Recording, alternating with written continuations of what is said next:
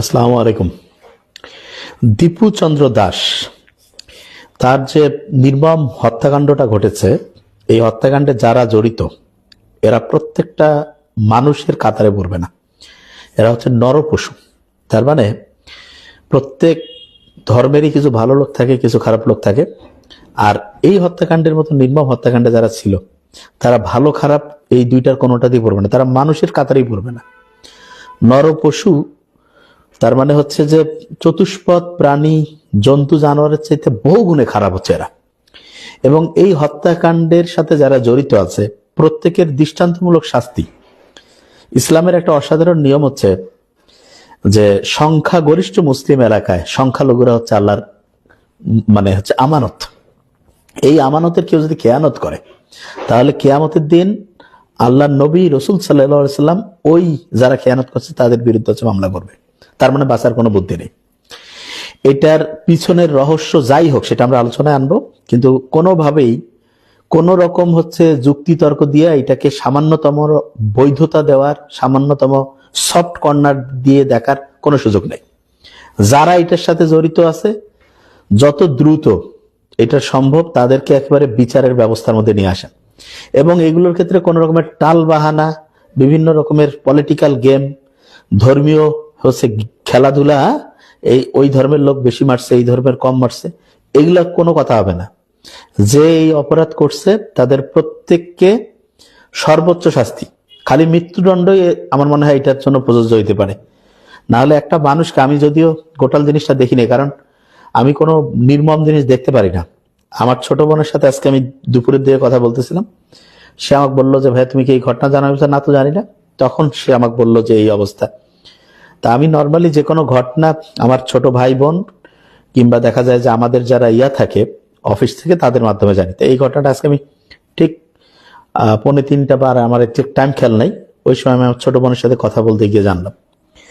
জানার পরে আমি বললাম যে বোন তুমি ঠিকভাবে দেখছো? বলছে হ্যাঁ। তারপর আমি একটু মানে যাচাই বাছাই করলাম যে ময়মনসিংহে একটা সম্ভবত পায়োনিয়ার নামে একটা বোধহয় নাম ভুল হতে পারে, ফ্যাক্টরিতে উনি কাজ করেন। এবং ওনার সাথে কি কারণে হয়েছে সেটা আমরা পরে আসতেছি, এটা সম্বন্ধে ধারণা কি আসছে সেটা পরে। কিন্তু প্রথম যে জিনিসটা, এটার মূল কথা হচ্ছে এইরকম হত্যাকাণ্ডে যারাই ছিল তাদের সর্বোচ্চ পানিশমেন্ট, অন্য কোনো কথা হইতে পারে না। কারণ ইসলামের একটা নিয়ম হচ্ছে কেউ যদি অন্যায়ভাবে একজনকে হত্যা করে তাহলে সে যেন সারা পৃথিবীর সমস্ত মানুষকে হত্যা করলো। আর কেউ যদি একজনের জীবন বাঁচিয়ে দেয় তাহলে সে যেন সারা পৃথিবীর সব লোকের জীবন বাঁচায় দেয়। এবং মুহাম্মদ সাল্লাল্লাহু আলাইহি ওয়াসাল্লাম যখন কাবা শরীফ তাওয়াফ করতেছিল তখন বলছে যে হে কাবা, তোমার কত মর্যাদা, তোমার কত সম্মান, কিন্তু মানুষের মর্যাদা তোমার চাইতে বেশি।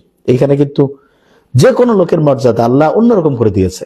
এবং ইসলাম অসাধারণ, প্রত্যেক ধর্মই ভালো, আমি বলি না যে যে যেটা যেভাবে মানে সেটা ঠিক আছে, কিন্তু আমার কথা হলো যে সেটা তার ব্যাপার, সেই হিসাব দিবে। কিন্তু আমার কথা হলো যে ইসলামের সৌন্দর্য আমরা যেটা বুঝি সেটা হচ্ছে যে মুসলমান তার জিভা এবং তার হাত থেকে অন্য যে কোনো মানুষ, যে কোনো পশু পাখি প্রাণী প্রত্যেকে হচ্ছে নিরাপদ থাকে। তো এইটাতে যদি কেউ কোন রকম করে ধান্দাবাজি ঢুকায় তাহলে বুঝতে হবে যে এরা হচ্ছে মোস্ট ধান্দাবাজ। মোস্ট ধান্দাবাজ কিরকম? যেমন অনেকে বলে যে ভারতে তো গরু নিয়া, তারপরে হচ্ছে কি গরুর মাংস নিয়া অনেককে পিটিয়ে মারছিয়া করছে। আরে বাবা, ভারত যদি সব মুসলমানকেও মেরে ফেলে সেটার জন্য তুমি এইখানকার একটা হিন্দু মারতে পারবে না। পড়াশোনা ভালো করে করতে হবে আগে।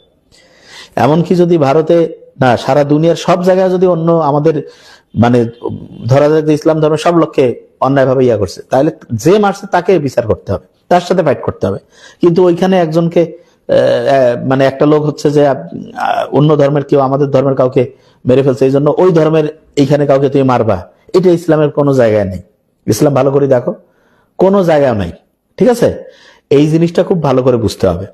তাই এখন এই যে ধর্মীয় যে হচ্ছে যে এই সংঘর্ষগুলো, এগুলোতে আসলে লাভ হয় কারা?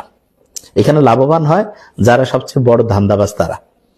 যেমন ধরা যাক কিছু লোক আছে, সে একজনকে জমি লুট করতে চায়, একজনের জীবন ধ্বংস করতে চায়, কি করে করবে? সে তখন মনে করে যে ঠিক আছে, আমি একটা ধর্মীয় হচ্ছে যে সংখ্যালঘু কাঠ খেলে ফেলি। ও দেখা যাচ্ছে যে ওইটা দিয়ে হচ্ছে যে হ্যাঁ এইরকম ধর্ম অবমাননা করছে অমুক তমুক।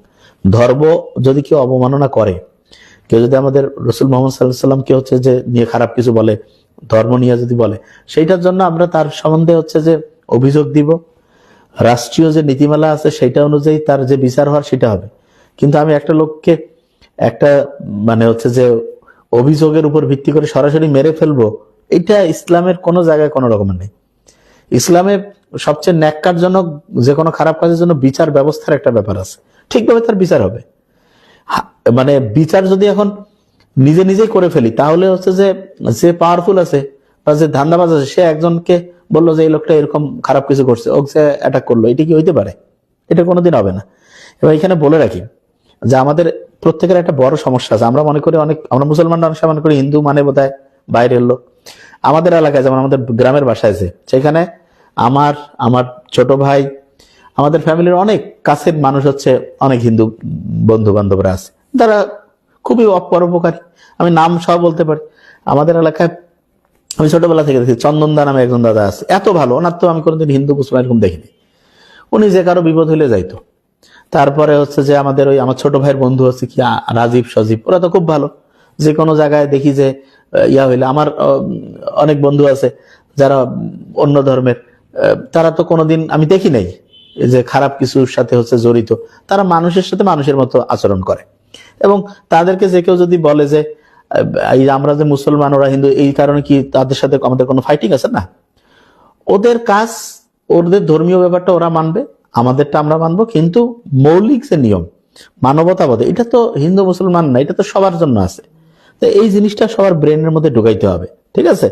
আর আরেকটা জিনিস এখানে বলে রাখি, সেটা হলো যে এই ঠিক এই সময় ঘটনাটা ঘটছে না, যেই সময় হচ্ছে যে শহীদ হয়ে গেল হচ্ছে উসমান হাদি। তো সেই সময় যে এরকম একটা বড় ঘটনা ঘটলো, যেই সময় ঘটুক ঘটনা, যে এই সময় কেন ঘটছে, অনেকে বলতে পারে যে এটা হচ্ছে যে এরকম একটা বড় ঘটনাকে হচ্ছে ধামা চাপা দেওয়ার জন্য কেউ করছে। কিন্তু আমার কথা, যে কেউ করতে চাইলে করতে পারলো কেন?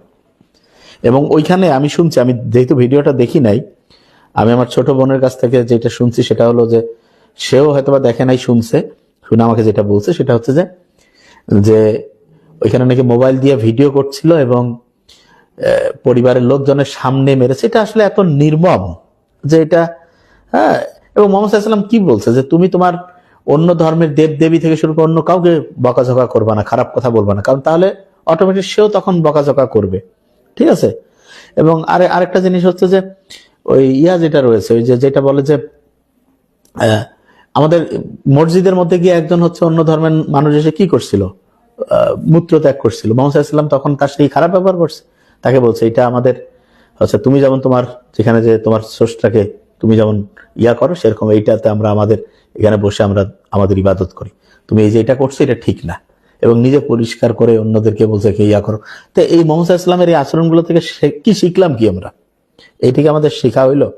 এবং আমি বলে রাখছি, এখন লিখে রাখেন, সামনে এরকম আরো ঘটনা ঘটানোর জন্য কিন্তু অনেক খারাপ লোকজন হচ্ছে উঠতে থাকবে।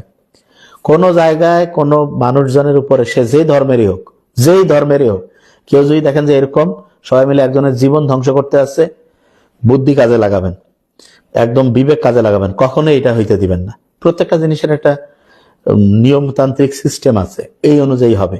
হ্যাঁ, এইটা নিয়ে হচ্ছে একজনের উপরে ঝাঁপায় পড়া, এইটা আমার মতে কোনো ঠিক লোকের কাজ হইতে পারে না। এটা খুব ভালো করে মাথায় নিতে হবে।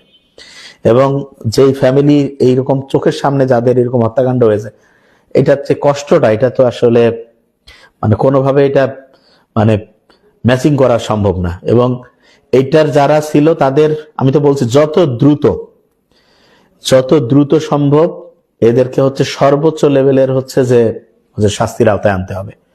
এবং আমার মতে তো এগুলো মৃত্যুদণ্ড, এবং মানে একটা এক্সাম্পল দিতে হবে যে এরকম করলে বাংলাদেশে মানে তুমি যেই ধর্মেরই লোক হও, তুমি আরেকজনের জীবন ধ্বংস করবা, তাদের কোনোভাবে হচ্ছে কোনো রকমের মানে সামান্যতম হচ্ছে দয়া দেখানোর সুযোগ নাই। এদেরকে সর্বোচ্চ লেভেলের হচ্ছে পানিশমেন্টের মধ্যে আনতে হবে। এবং এখানে আরেকটা জিনিস বলি, দেখেন এই যে হিন্দু মুসলিম, এইটা হচ্ছে কমিউনাল যে কার্ড, এইটা খেলে বিভিন্ন পার্টির লোক খেলে, এবং খেলে তারা হচ্ছে লাভ করে। ভোট থেকে শুরু করে বিভিন্ন জায়গায় আপনাকে সবসময় আমি বারবার বলি, ভালো লোক দেখে ভোট দিতে হবে। যে লোকটা সৎ, সে সবার জন্য সৎ। আর যে চোর বাটপার, সে নিজের ফ্যামিলি তো চুরি করবে, সে নিজের পরিবারের লোককেও ঠকাবে। দেখেন না, অনেক ভাই বোন একজন আরেকজনকে ঠকায়, তো এই লোক কি ভালো? নিজের ভাই বোনকে ঠকাচ্ছে, নিজের বাপ বেটার মধ্যে সম্পর্ক ভালো নেই, আছে না এরকম? তার মানে লোক খারাপ লোক। এই জিনিসটা, হ্যাঁ, এই জিনিসটা ভালো করে মাথায় নিতে হবে। এবং আমাদের কাছে কয়েকটা রিপোর্ট আসছে, আমি জানি না সত্যি মিথ্যা, বলছে যে ওই যে হত্যাকাণ্ড হয়েছে দীপুচন্দ্র দাসের, সে যে কোম্পানিতে ছিল সেখানে নাকি তার প্রমোশনের যে পেয়েছে তার সাথে আরো কয়েকজন নাকি তার সাথে ছিল, মানে প্রতিদ্বন্দ্বী ছিল, তাদেরই মধ্যে হচ্ছে তারা ওত পেতেছিল যে কিভাবে বিভিন্ন সময় হচ্ছে করা যায়, একটা সুযোগ পেয়েছে, এটা করছে। জানি না আমরা সত্যি মিথ্যা, এটা যারা আইন শৃঙ্খলার সাথে জড়িত তারা দেখবে।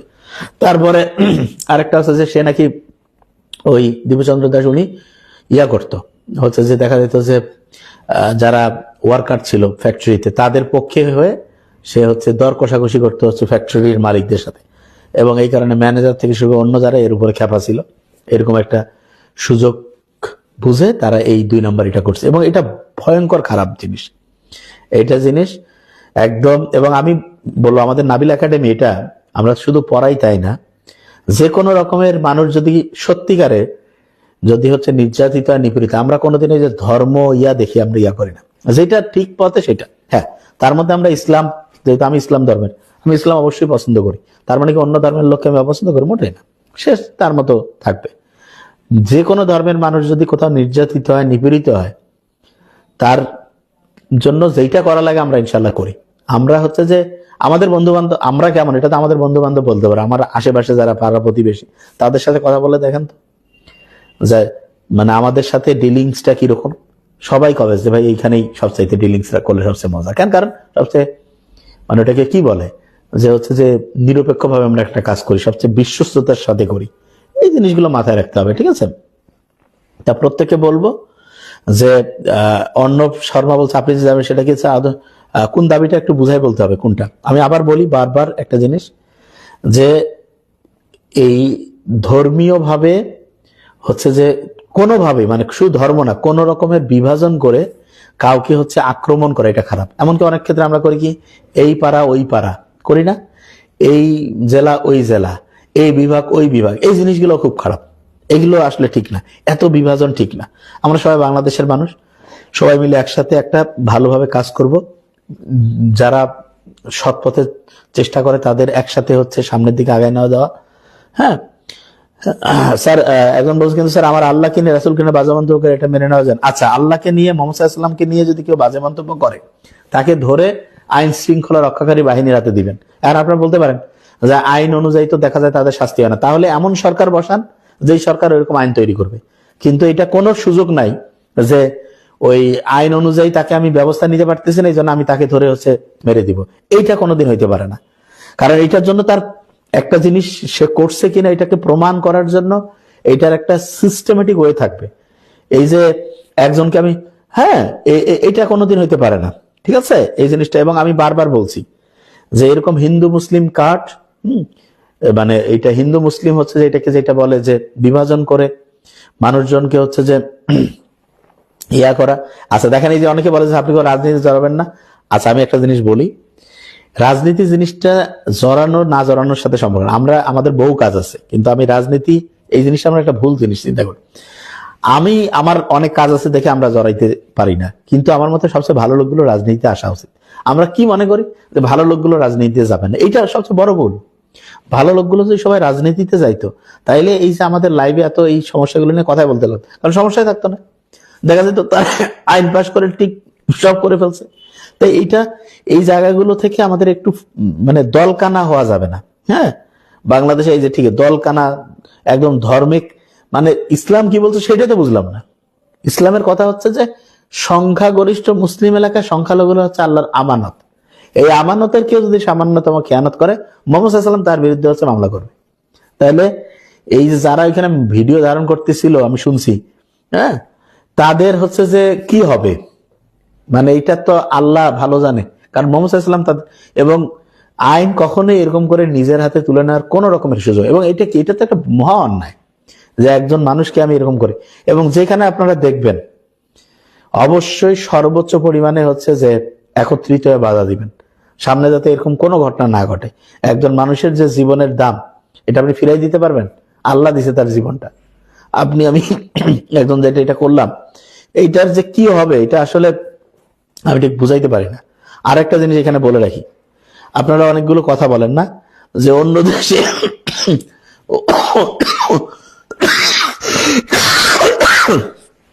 আমি অসুস্থ দেখে একটু, অন্য দেশে মুসলিমদের উপরে নির্যাতন করছে। আচ্ছা, মুসলিমদের উপর নির্যাতন করছে এই জন্য আপনি ওই দেশের যেই ধর্মের লোক করছে তাদের আপনি এখানে নির্যাতন করবেন? এটা ইসলামের কোন জায়গায় হয়েছে? বাবার জন্য সন্তানকে, সন্তানের জন্য বাপকে নির্যাতন করা ইসলাম নিরুৎসাহিত করছে, মানে এটা হবেই না। যে যেটা করছে তার জন্য বিচার সবার ইন্ডিভিজুয়াল হবে নাকি? এই যে নূহ আলাইহিস সালাম, নূহ নবী, ওনার বেটাও তো হিসাব অনুযায়ী দোজখে যাওয়ার কথা, কারণ সে আল্লাহ মানে নাই, তাইলে বেটা হয়েও যাইতে পারবে না। মুহাম্মদ সাল্লাল্লাহু আলাইহি ওয়াসাল্লামের চাচা যে সারা জীবন দেখছে আবু তালেব সমত, উনি তো হচ্ছে যে ইমান আনে নাই দেখে উনি শেষ পর্যন্ত ইমান আনতে পারে নাই, দোজখে যাবে। তার মানে কি প্রত্যেকের হিসাব আলাদা? হ্যাঁ স্যার, হিন্দু তথা সনাতনী হলেই কি সমস্যা? কমেন্টে পোস্ট করল না, এটা কোনো সমস্যা হওয়ার কথা না। এই যে হ্যাঁ, এটা আমি সবসময় বলি। হ্যাঁ আচ্ছা, হুজুর থেকে শুরু করে আমি একটা জিনিস বলি, হুজুর আসলে আমি তো ওইভাবে ওয়াজ সবার শুনি না, ওইভাবে খেয়াল করতে পারি না। তো আমি যেটা বুঝি সেটা শুনেন। সেটা হচ্ছে প্রত্যেকটা ধর্ম সবচেয়ে বেশি দাম দিয়েছে মানুষকে, এবং ইসলাম তো এটা বোধহয় সবচেয়ে বেশি দাম দিয়েছে। কারণ একজনকে বাঁচাইলে সারা পৃথিবীর সব মানুষকে বাঁচানোর সমান সওয়াব, একজনকে মারলে অন্যায়ভাবে সারা পৃথিবীর সব লোক হত্যা করার সমান গুনাহ। তার মানে আপনি বুঝতে পারছেন, মানে একটা প্রশ্ন কারেক্ট করলে সব উত্তর কারেক্ট হয়ে যাবে। তার মানে ওই প্রশ্নটার দাম কত বেশি। তো এরকম একটা লোককে আপনি বাঁচাই দিলেন, সারা দুনিয়ার সব লোক বাঁচানোর সমান সওয়াব আল্লাহ দিবে। আবার একটা লোককে হচ্ছে যে আপনি হচ্ছে যে ইয়া করলেন, খুন করে ফেললেন অন্যায় ভাবে, তাহলে ওইটার কারণে সারা পৃথিবীর সব লোক খুন করলে যেই পাপ হবে সেটা। তার মানে আপনি চিন্তা করেন যে কিরকম করে আল্লাহ গুরুত্ব দিয়েছে ইসলাম। তো এই যে প্রত্যেকটা ধর্মে আমি বলি, কোন ধর্ম মানুষকে অন্যায়ভাবে হত্যা করতে ইয়া করতে কখনোই হচ্ছে বলে না। প্রত্যেকটা ধর্মের মধ্যে মূল ভালো কথা আছে, এই জিনিসটা ভালো করে মাথায় নেবেন, ঠিক আছে?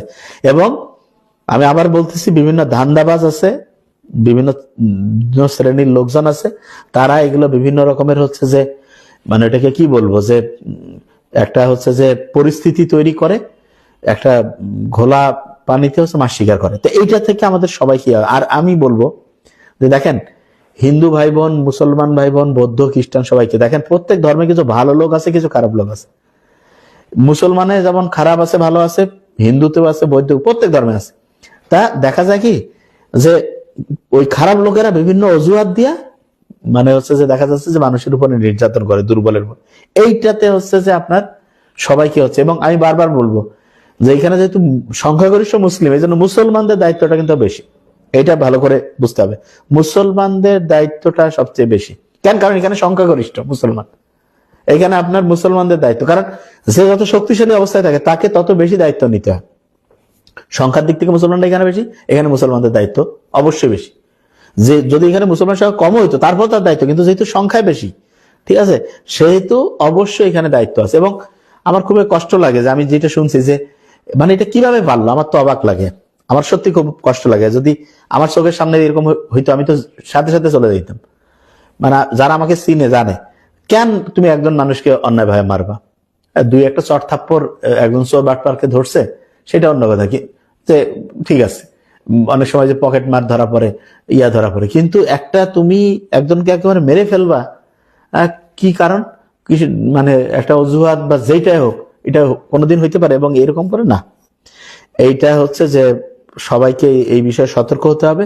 এবং সামনে এরকম আরো অনেক রকমের যারা হচ্ছে যে বলা যেতে পারে যে অন্যায়কারী, তারা বিভিন্ন রকমের ফাঁক ফোকর খুঁজে ইয়া করতে পারে। তবে আমার মতে আমি যেটা বলবো যে সরকার থেকে শুরু করে প্রত্যেকে, এবং ওইখানে যারা ছিলেন ঠিকভাবে হচ্ছে যাতে অপরাধীর শাস্তি হয়, ঠিক লোকদেরকে ঠিকভাবে চিহ্নিত করে মানে সবচেয়ে দ্রুততম সময় এগুলো হচ্ছে যে ফাঁসি থেকে শুরু করে, এগুলো তো ফাঁসি হওয়া উচিত, মানে মৃত্যুদণ্ড ছাড়া তো আমি কোনো, আমার চোখে কিছু পড়ে না, এটা করতে হবে, ঠিক আছে? তা আল্লাহ কাছে আমরা ধর্ম অনুযায়ী ঠিকভাবে চলার জন্য আল্লাহর কাছে আমরা সাহায্য চাই। এবং প্রত্যেক ধর্মের মানুষ দেখেন, প্রত্যেক, আমি বারবার বলতেছি, এই যে এগুলা ধর্ম নিয়ে বিভাজন তৈরি করে বিভিন্ন ধান্দাবাজরা সুবিধা নেই, এটা করবেন না আপনারা। একটা এলাকায় আপনারা থাকবেন, এলাকার মানুষজন সবাই মিলেমিশে থাকবেন। একটা এলাকায় হচ্ছে সবাই একজন আরেকজনের বিপদে আপদে পাশে দাঁড়াবেন, একজন আরেকজনের হচ্ছে যে হেল্প করবেন, এইটা না হচ্ছে সম্প্রীতি হয়। আপনি একজন আরেকজনের হচ্ছে যে শয়তানি করতেছেন, এগুলো কি আসলে ঠিক? মোটেই ঠিক না এগুলা জিনিসটা, ঠিক আছে? হ্যাঁ, এই জিনিসগুলো হচ্ছে যে থেকে দূরে সরে আসবেন এবং খেয়াল রাখবেন যে ইসলামটাকে ভালো করে পড়েন আগে। এই জন্য আল্লাহ পড়তে বলছে, পড়ো তোমার প্রভুর নামে যিনি তোমাকে সৃষ্টি করেছেন। স্যার, দীপু দাসের মৃত্যুর পর আরেক রিক্সা আমাকে হাতে লাল সুতা তার রয়্যাল এজেন্ট বলে মাইর দেওয়া। না, এটা আচ্ছা, এজেন্ট কে সেটা আগে তো এটার জন্য প্রমাণ হইতে হবে। আমি একদম আইডিয়া করলাম যে এজেন্ট, তাতে এটা কি হইতে পারে? হ্যাঁ, তো এটা স্যার এমন করে স্যার সংলাপ যেমন গেলে ইনশাআল্লাহ যদি সময় হয় তাহলে তো করবো। হ্যাঁ, তো এই জিনিসগুলো প্রত্যেকেই, এবং মানে ধর্মীয় গেমটা খেলা থেকে আমরা যাতে বের হয়ে আসতে পারি, ঠিক আছে? এইটা জিনিস আমরা করব। জিএসটি কোর্স সামনে আসবে ইনশাআল্লাহ খুব দ্রুত। তা আমি একটু কয়েকদিন থেকে অসুস্থ দেখে এই যে কথা বলতে হয়, একটু দোয়া করবে ইনশাআল্লাহ। অনেকটা সুস্থ হয়েছি, বাকিটা আল্লাহ ভরসা। সংবিধানের বাংলাদেশ সংবিধান 252টা ধারায় নেই, এটা ফালতু কথা।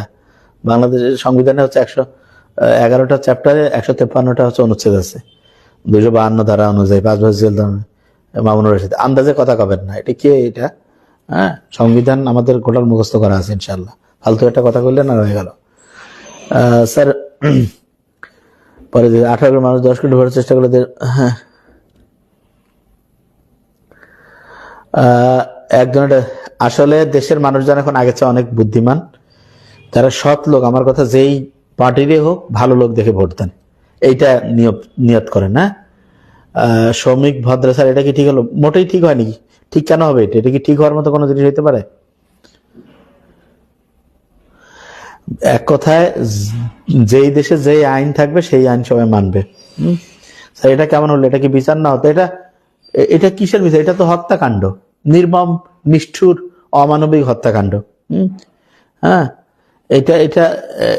এই জিনিসটার কোনো রকমের কোনো সাপোর্ট কারো কাছ থেকে পাবে না। ঠিক আছে, দলকানা সম্পর্কে আছে, ঠিক আছে, এটা আমরা নিয়ে আসবো ইনশাল্লাহ। রেগুলার বিভিন্ন বিষয় নিয়ে আমরা আলোচনা করব। যেই ধর্মের বাবাতেই মানো, কোনো সমস্যা নেই, কিন্তু মানুষের উপকার করা, বিপদে পাশে দাঁড়ানো, অন্যায় না করা, ন্যায়ের পক্ষে দাঁড়ানো, এগুলা সব ধর্মে আছে, ঠিক আছে? হ্যাঁ, কৃষি উচ্চ রাষ্ট্রীয় বিষয় অ্যাডমিশনের ব্যাপারে ইনশাল্লাহ আগামীকাল বা পরশুর মধ্যে একটা খবর আসবে, এটা আমরা একটা সাজিয়েছি ইনশাল্লাহ। তা ঠিক আছে, থ্যাংক ইউ, প্রত্যেকে ভালো থাকবেন। আসসালামু আলাইকুম।